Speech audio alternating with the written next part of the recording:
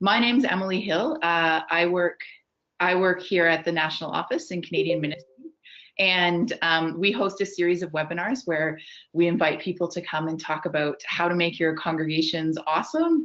And we're so happy that Mike is here with us. He's actually right here in the office in Toronto with us. We're just in different rooms.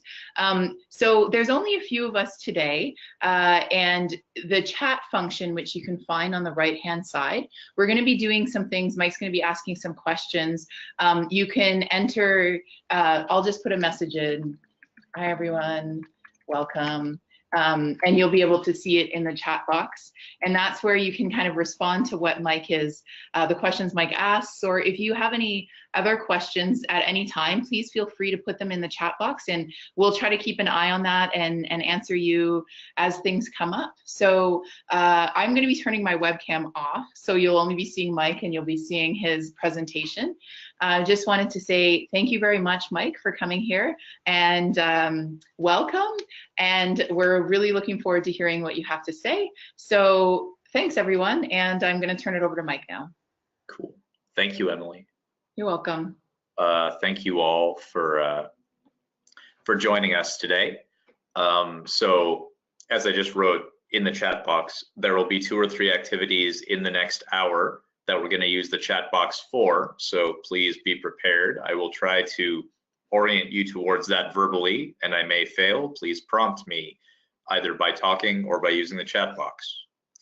So let me just see if I can do this.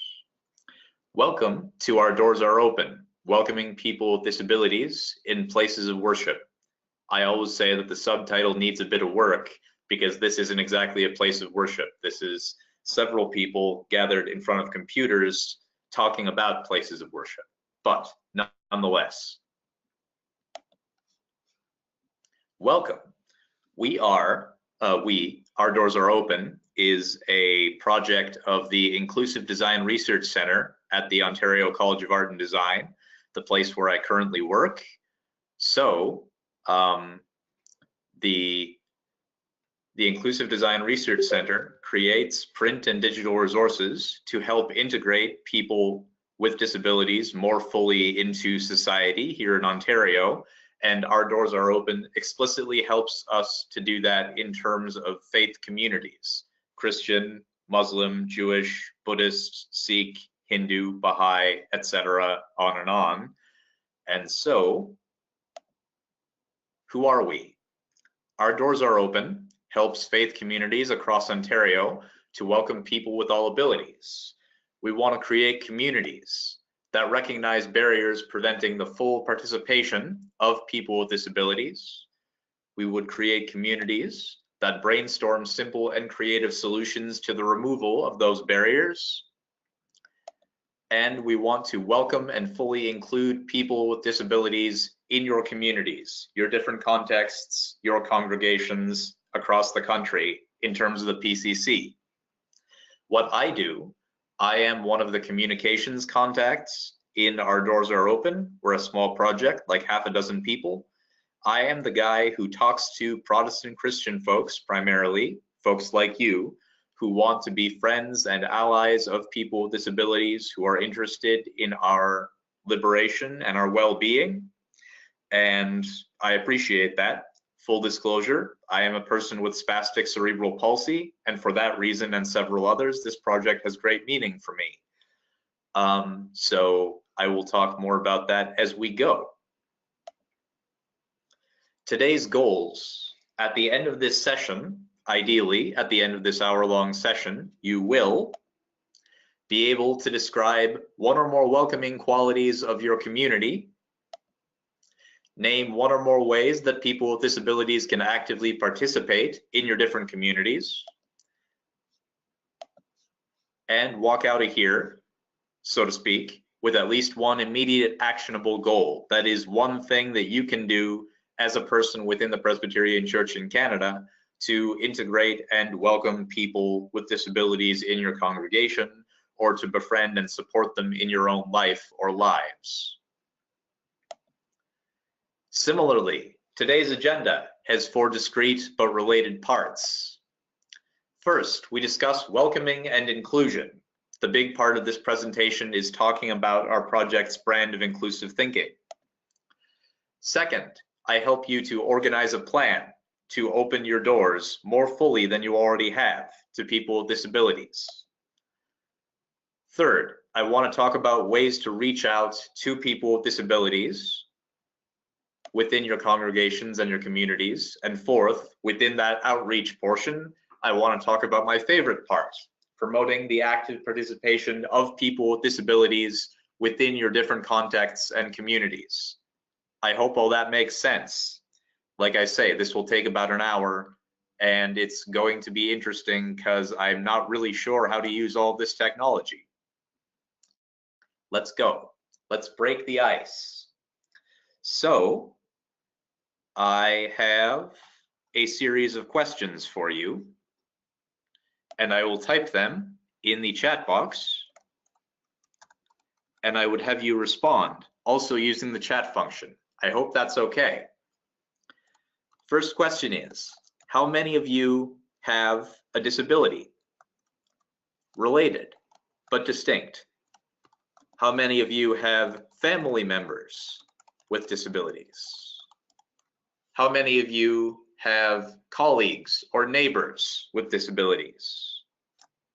And how many of you know someone who has family members, friends, neighbors, etc., with disabilities? Please type your responses in the chat box, and I will read them out loud to make sure that people are participating. So for instance, Emily says, I have friends, family, and neighbors with disabilities. Please also respond as you feel led. I can see that, this is Emily speaking. I can see that Karen and Liz also have responded. I'm not sure if you can see that, Mike. Yes, So, it's coming. yeah, good. Yes, I can see part of it. Great. Karen says, my husband is currently awaiting knee replacement surgery. We have several elderly people in our congregation now experiencing mobility issues and hearing loss. They have my complete sympathy. I experienced mobility issues myself. And Liz is also participating. We wait. Up a little bit. She says, I have friends with disabilities. Yes. Yes, okay, yeah, I can see it. So Liz has friends with disabilities, and Arlene says, I know quite a few people with disabilities in our church family, as well as people who have family members with disabilities. Okay, thank you all for your responses. I now have a good idea of the need for access in this room, so to speak. Let's press on. Within the presentation, we also want to talk, as I say, about welcoming and inclusion very briefly. Part of what we do at Our Doors Are Open is talk about our brand of inclusive thinking, and a key part of that is welcoming. So I am going to type a simple question into the chat box again, and I would have you respond in a couple sentences. The question is as follows: what exactly is welcoming to you? And can you describe for us what it feels like when you enter a new space, new to you, indoor or outdoor, and you feel completely welcomed? What does the space look like? Are there people near you? What are they saying? How does the space smell? What do you hear? Where are you situated within the space? All of those sorts of things. So what is welcoming to you, and what are the sensory and social facets of welcome for you? Please describe it in the chat box in a couple sentences. For instance, I think that welcoming is about relationship. When I got here at 11:30, Emily came outside to meet me and to orient me to our meeting space. We also went to worship with our colleagues in the office, which was an uplifting experience. That's the sort of thing that I mean. Take your time. Please describe how you see welcome happening for you in a new space, indoor or outdoor. Arlene says, welcome is about friendly, smiling people who acknowledge your presence and welcome you. You're able to enter and have space to sit with your family. People are available and willing to talk to you and orient you or answer questions. Meanwhile, Emily says, when I visit a congregation who is welcoming, there is a warmth. People are genuinely friendly and I don't have to try hard to figure things out, like where to sit, how to follow the service, where to go for coffee time. Arlene agrees. She says it has to be comfortable and not confusing. Karen adds, being greeted in a friendly manner, which orients you to the space and ensures your needs are met as best as possible. I totally agree, Karen. Welcoming someone is about orienting yourself to them and meeting their needs insofar as you can. We'll talk about that more in a minute. I also agree. Welcome has to be warm, just as Emily says. And it's really important when people actually acknowledge your presence. That is the first part of welcome. I agree. Liz says, friendly people, signs are people orienting me or providing me with guidance. As others have said, being oriented to the space so that I don't feel out of place. Exactly. Thank you all. These are great responses and I really appreciate them. Welcoming is definitely about warmth,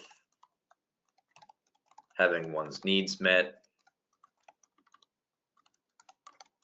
and a clear orientation to the space and to other people. So that's welcoming. Thank you all. That's really great. Next up, what is inclusive thinking? We talk about our project has an explicit brand of inclusive thinking. Thank you. Our project has an explicit brand of inclusive thinking at OCAD. So we're going to talk about how you're going to use that with the accessibility checklist later, which hopefully you have all perused carefully. So inclusive thinking means keeping the diversity and uniqueness of different individuals in mind, and it means changing habits and behaviors. So when I say inclusive thinking means keeping diversity and uniqueness in mind, I mean that people who have disabilities, and as we know, all of us know them or are ourselves people with disabilities, we have more diverse needs than people of able body. And so mass one-size-fits-all solutions don't always work for us. We need contextualized solutions that are one-size-fits-one. And inclusive thinking means changing habits and behaviors, opening up your perception so that you can think about people who don't necessarily share your body type, your learning style, your way of relating to people. And there are many different congregations who are trying to think through this right now, not just in the Presbyterian Church in Canada, but everywhere in Canada. And that's really important. Not all of what I'm going to say applies to all of your different congregations or communities, but please try to keep inclusive thinking in mind throughout the presentation. And in OCAD, within our project, we have one explicit, simple strategy that I want to share with you. Just ask, just listen. So that means when you encounter someone who has struggled with a specific object or purpose, trying to do an activity, you can come alongside them and say, "Hi, how are you? How can I help you?" And then when you ask, "How can I help you?" listen to their answer, and when they are ready, they can disclose whatever it is that they need. When they disclose it, listen carefully and offer them your aid only in terms of what they have said or otherwise indicated. I cannot stress this enough. You have no idea how many people get this wrong, even if they mean well. People do not always understand the perceptual width that they need to have in order to acknowledge and respect and befriend people of different body types. But we'll talk more about that as we go, especially as we talk our way and write our way through the accessibility checklist. All of this leads us swiftly to getting organized. We want to help you create some kind of organizational plan here within the Presbyterian Church in Canada to increase accessibility and inclusion within your congregations and in your different communities, to provide that sense of warmth and acknowledgement, that an orientation that all of you were writing about in the chat box a few minutes ago. It has 3 steps. The first is forming an inclusion committee, inclusion or accessibility committee. I'll define what that is in a moment. Second step is identifying barriers to access and inclusion for people of varied abilities. As I say, the accessibility checklist is going to help us a lot, and we will do 2 short activities to do with that checklist. Third, I will help you very briefly to make a plan to orient people in your communities more clearly towards accessibility and inclusion. All that said, let's go. An inclusion committee or accessibility committee is made up of the community's champions for accessibility and inclusion for people with disabilities. So inclusion committees have several facets. They do several things. The first and most important thing that they do is listen explicitly to the needs of people with disabilities in your community. Because, second, they are partly comprised of people with disabilities in your communities. They are made up partly of people of varied body types.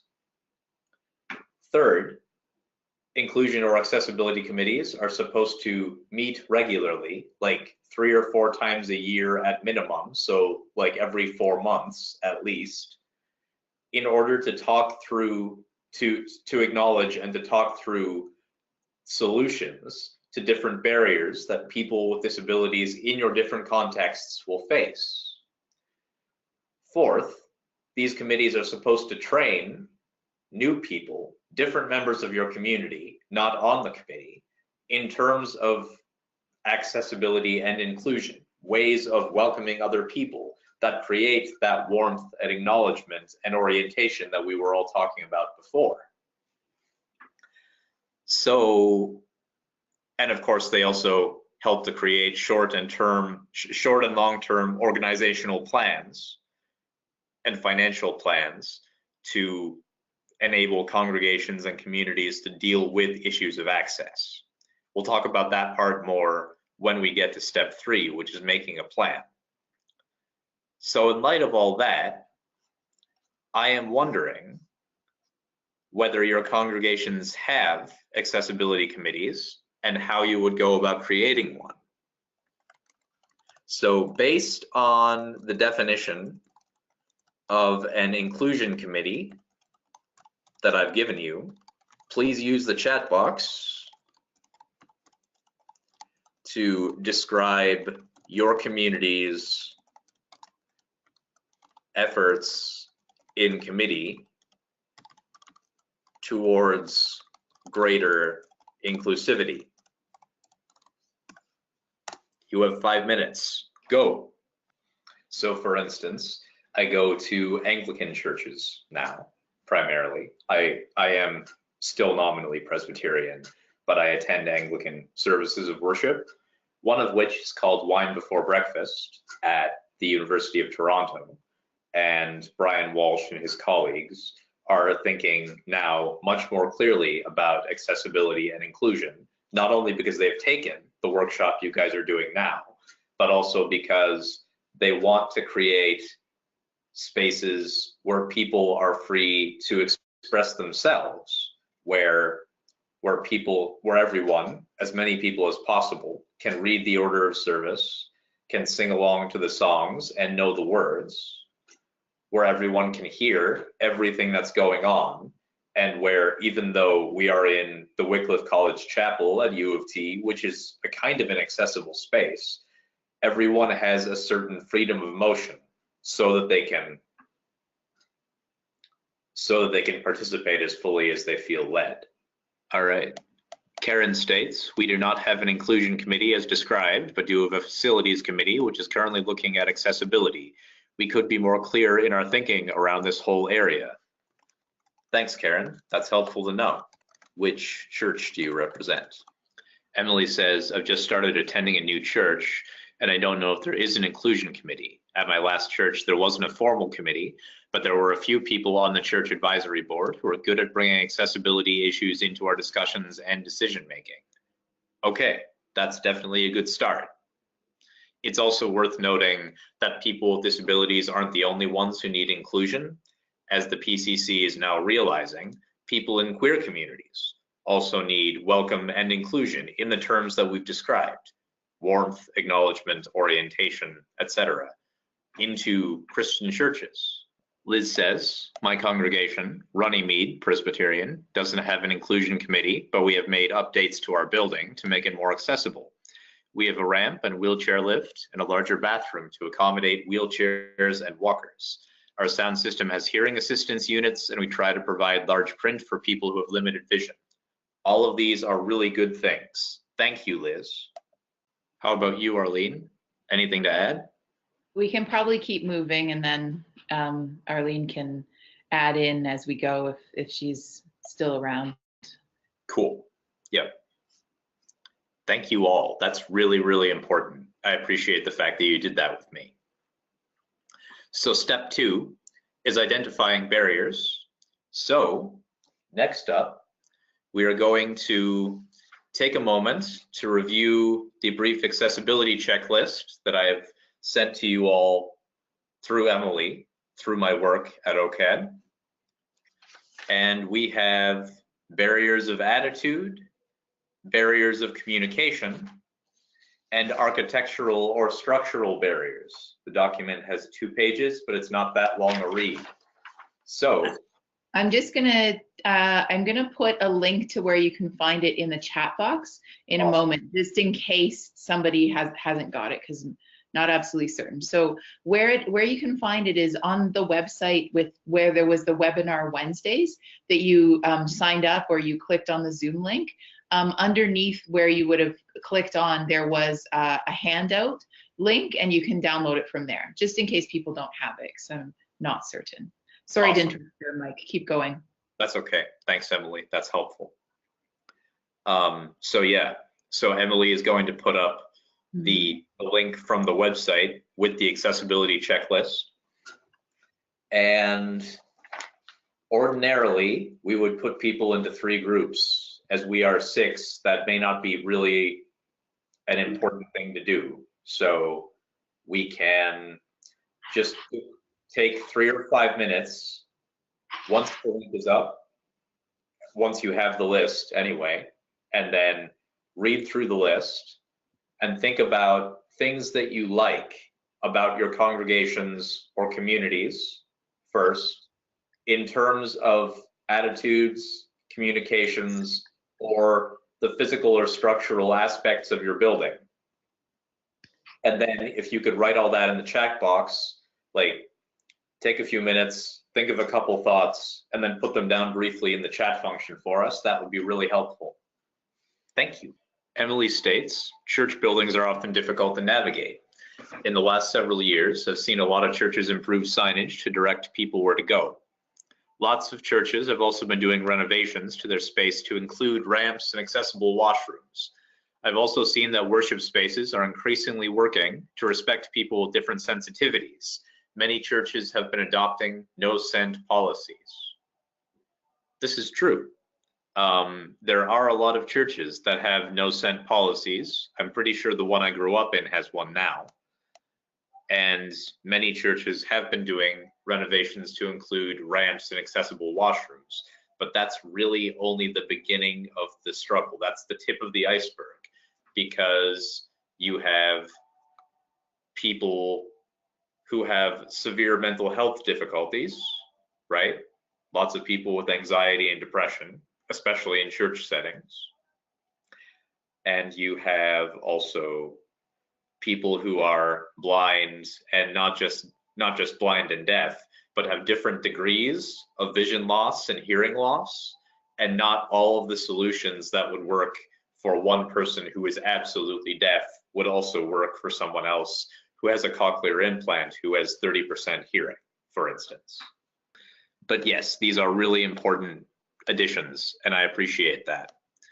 Arlene states, our building entrance, hall, and sanctuary are easily accessible. The cloakroom has seating to take off shoes and boots, and high and low bars for coats, but can be quite crowded or congested.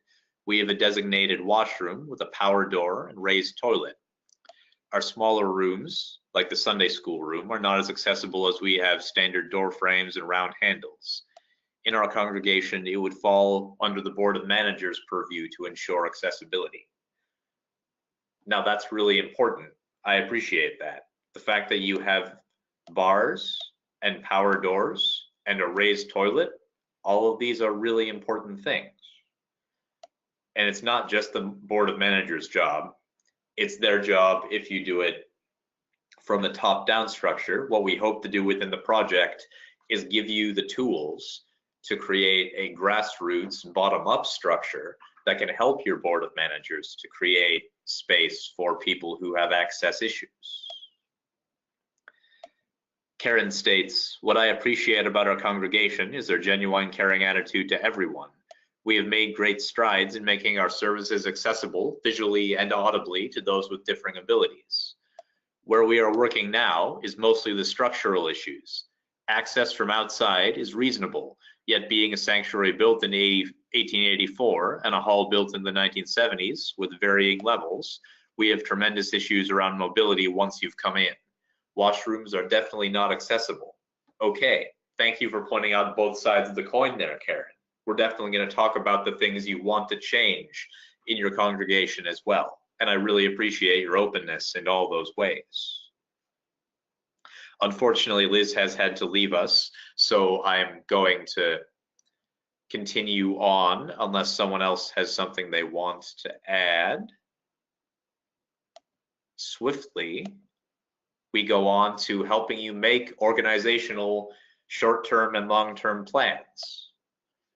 When you've looked at the items on the checklist that you've marked not yet, for instance, Karen just noted the washrooms in her congregation, you want to select the order in which you would address each item, and then for each item, determine the resources you'll need and how you're going to get them, and have a short-term and long-term plan to help you address each of the items that you flag. So by short-term plan, I mean a plan with details and dates, like make washrooms in Richmond congregation, make washrooms fully accessible by December of 2017. That could be a short-term plan. Whereas a long-term plan has broader brushstrokes, like apply to enabling change program in Government of Ontario for accessibility funding for X or Y. We'll talk more about that. Right now, we need to get you down to work.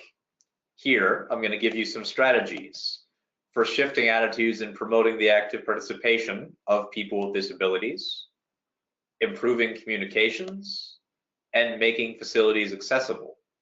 There are many different things that you can do to shift people's attitudes towards disability and promote the active participation of people with disabilities in your communities. Most important is this one. Listen to the needs of people with disabilities in your communities. This is what the inclusion committees are for. They enable you to do that listening. Also, help people with disabilities to volunteer and lead. Let people with disabilities volunteer flexibly.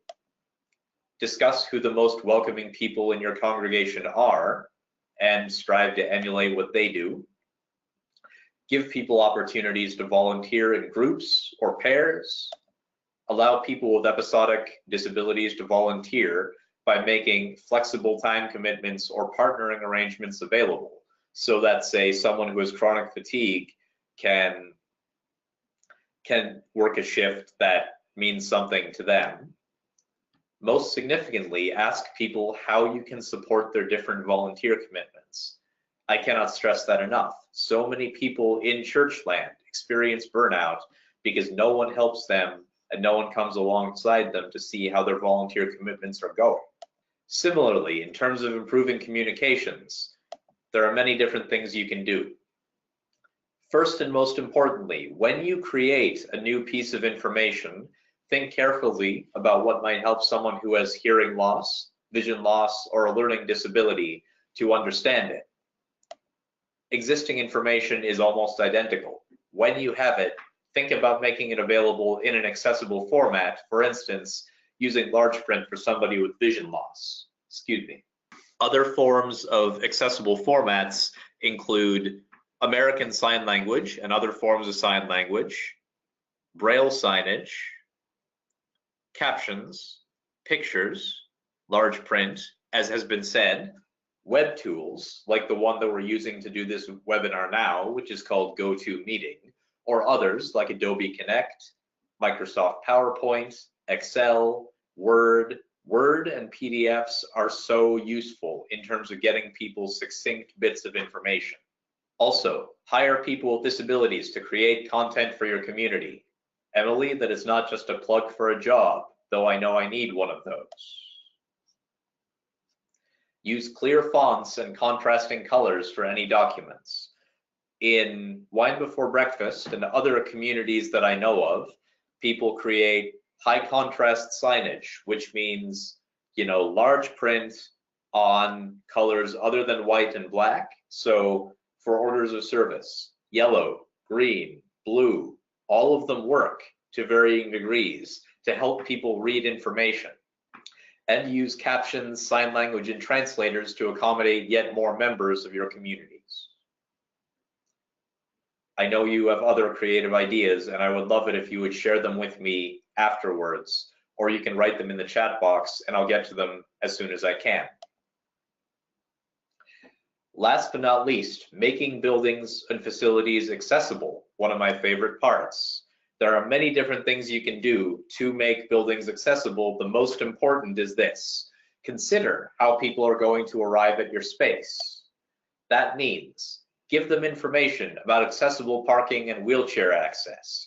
Many progressive Presbyterian and other churches that I know have started to do this, and I appreciate it. Make indoor and outdoor pathways free of barriers. That means ascertain that all of your walkways are free of stones, leaves, slush, snow, ice, and anything else that creates a physical barrier. If you have elevators, try to make them fully inclusive.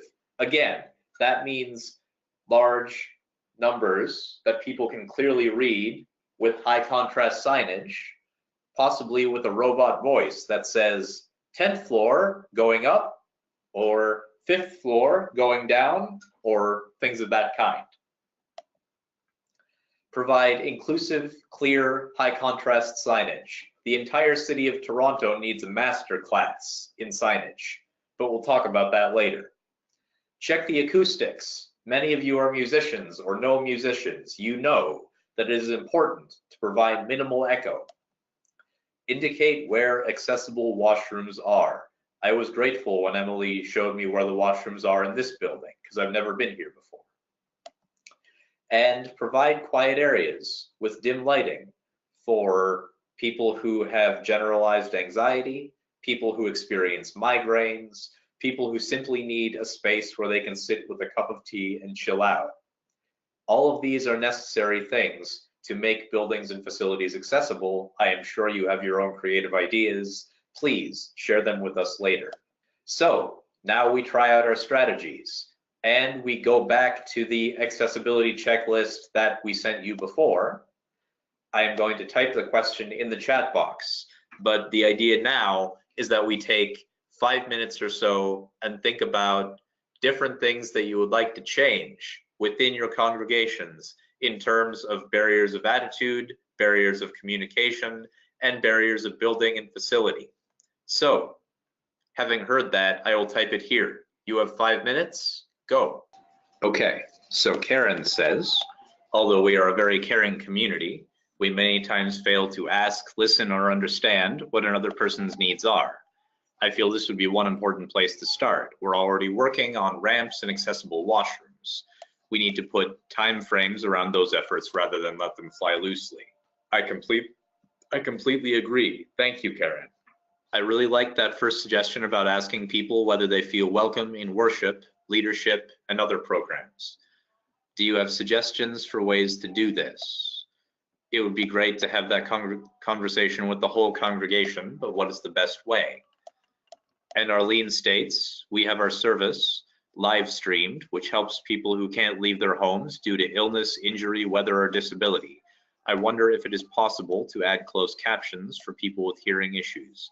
We could also do better providing calm places for people with anxiety. Our prayer room would be perfect for that for Sunday mornings. We also need to provide information on accessibility so that people are aware of what is available and accessible to them. Thank you, Arlene, that's super helpful. In terms of your question, Emily, let me just read it again. Do I have suggestions about asking people whether they feel welcome in worship, leadership, and other programs? Yeah, so it sounds like an obvious thing to do, right? Like, okay, you ask people. But if I'm thinking about, it is a really good thing to ask everybody how they're doing. Is there any, like, besides informally kind of like chatting with people at coffee hour or talking, have you seen congregations that have done this in any kind of formal way, like including it as part of worship or having an official discussion around it at a gathering? Or like, are there formal ways that people do this, or is it more of an informal conversation that usually happens?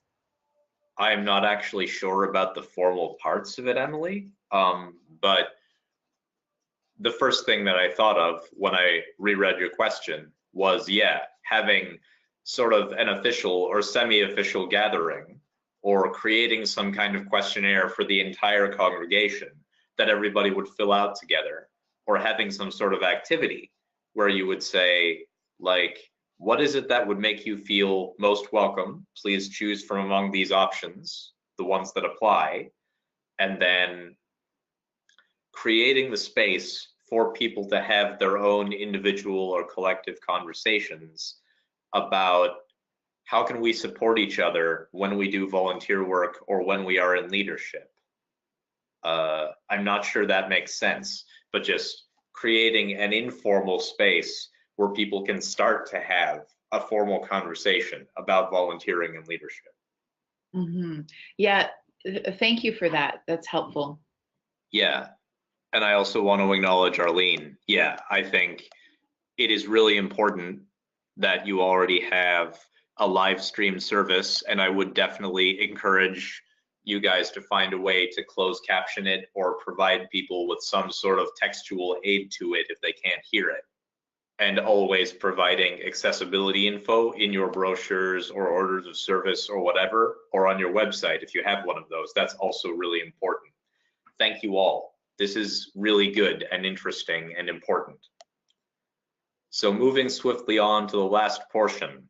What's next means what's last. Reaching out to new members. Bulletins and newsletters. Social media. Websites. Email, like community mailing lists. We're all on too many of those. Mapathons, I'll explain what those are in a moment. Disability organizations, advocacy organizations. These are all different ways that you can reach out to people in your congregations or your wider community who have different abilities from you. I particularly find social media to be an invaluable tool. I spend a little too much time on Facebook. It's also a really good way to get a small piece of information to a bunch of people really quickly. And mapathons, I wanted to come back to. My colleague Elijah is our mapathon facilitator or coordinator within the project. So he knows how to use specific kinds of online software or applications like WheelMap, which helps people who use wheelchairs to numerically rate the physical accessibility of buildings and spaces.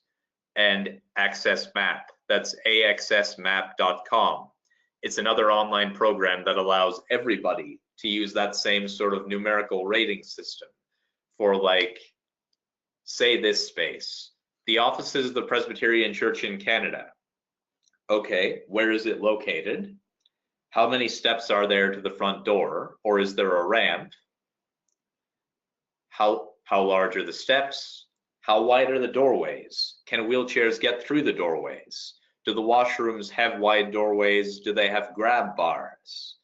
Are there push buttons for people in wheelchairs? Do you have Braille signage for people who can read Braille? Do you use closed captioning?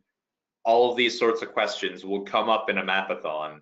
And while we aren't doing one of those here, it's important that I mention that, because there are people who are explicitly thinking about how to bring buildings and spaces up to code for accessibility within Ontario.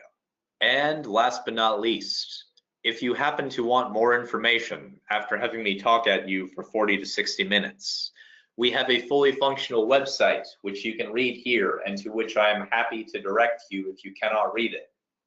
We also have Our Doors Are Open Guide for Accessible Congregations, of which I am a co-author, where we talk more explicitly about our brand of inclusive thinking and give you yet more strategies and tips to include people with disabilities in your community's deliberations and in your communal life. Both the guide and the website have different resources, many of them categorized by faith community, about the ways that, like, Buddhists and Hindu communities in Toronto and different faith communities all throughout Ontario have approached issues of access and inclusion. And we would love it, as I say, if you would share your own creative ideas to welcome and include with us. For instance, please follow us on Facebook and Twitter. And at this time, I want to thank you for opening your doors to yet more people with disabilities, and for opening your minds and hearts to me for the last hour or so. That's it. Thank you very much. Thank you very much, Mike, for coming in today and for leading us in this webinar. I loved how interactive it was. And I just also wanted to say thank you to the participants. I know in ministry life and in everyone's lives, everyone's really busy. And so we appreciate that you've taken the time today to spend this time with us and to participate so fully in this webinar and to share your thoughts, ideas. Visit the Opening Doors website, and you can always contact Canadian Ministries here at Presbyterian Church if you have some questions, and I can forward them on to Mike, or you can visit the website where I think his information is available on the Opening Doors website as well. Yes. So thank you very much, Mike, and I hope everyone has a great day. Take care. You too.